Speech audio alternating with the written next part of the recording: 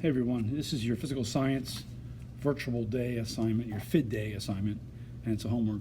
I just want to help you with the 10 questions that are there so you can get through it a little quicker.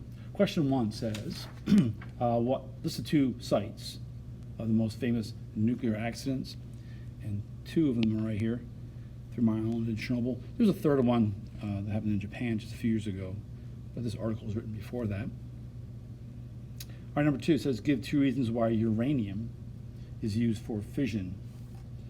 Down here in the next section here. One is it presents, it's in very large quantities, it's very readily available. And the other is that it's one of the few materials that can undergo induced fusion. So it's kind of very controllable fusion that they can, put into nuclear power plants. It's just nice and easy to work with. Number 3, how much energy does a pound of uranium contain? Now for that one, you have to go to the next page, and that's going to be down right here, about a million gallons of gasoline for 1 pound of uranium. That's quite a ratio. That's number 3. Number 4, the splitting of an atom releases an incredible amount of what 2 things? Well, it releases a lot of heat and a lot of gamma radiation. Now, heat, of course, is a good thing for making nuclear power. Gamma radiation is what makes you ill and sick and die if you have too much of that. Number 5, explain what makes supercritical mass more explosive than critical or subcritical mass. One of the reasons, again down here in the next section, is that it's got more than one of the free neutrons that hits another. It's got more neutrons that are exposed when it breaks down to go strike other uranium atoms and break them down. So you get that chain reaction. So it has that set up that it can break down easily to set off other uranium explosions. Okay, number 6. How do nuclear power plants prevent overheating of the uranium? And that's down here in the next section. It's they use control rods made of material that absorbs neutrons. So the neutrons can't escape to hit other uranium atoms and break those apart to create more heat.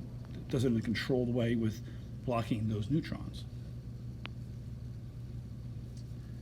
Number 7, how is the heat turned into electricity? So if you go down here just a bit further, where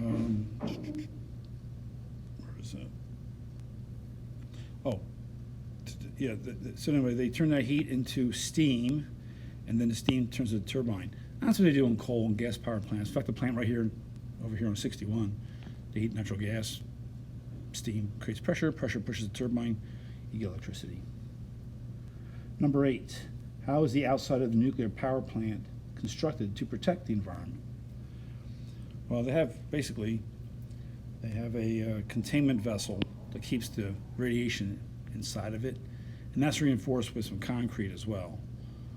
So they try to keep both the radiation, the heat, and anything that could go wrong inside of that inside, and keep anything outside on the outside.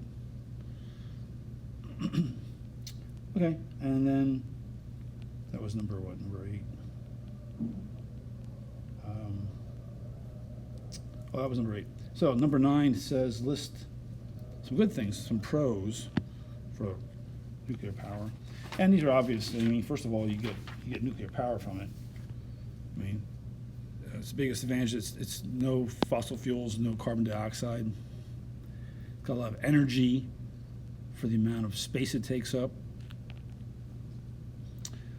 And then number 10 asks about the cons, and for some of those,